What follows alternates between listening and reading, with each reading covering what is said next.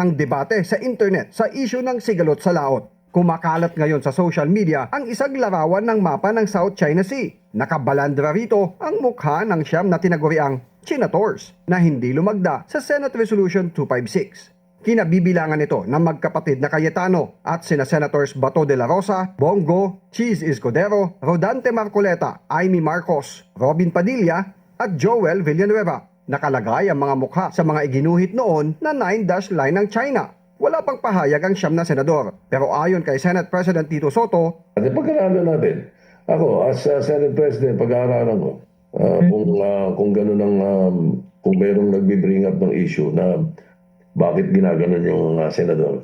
O dapat yung siyam ay pumalag. Di ba? Di, hanapin nila kung sino yung nag-upload nun. Sino yung source, sino nag-upload, sino nag-invento. At kung nasasaktan sila no sa post na yun.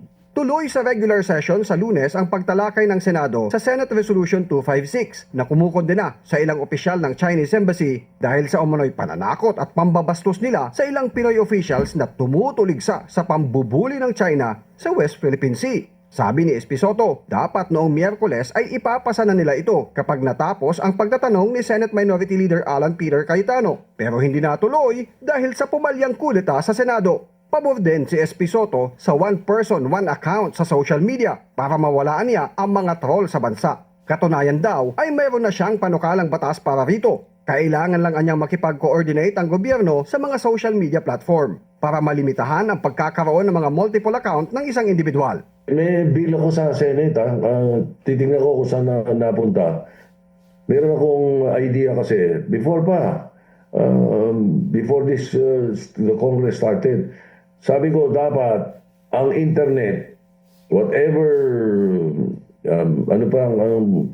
anong platform, sa internet, kailangan one person, one account, ubos yung mga trolls.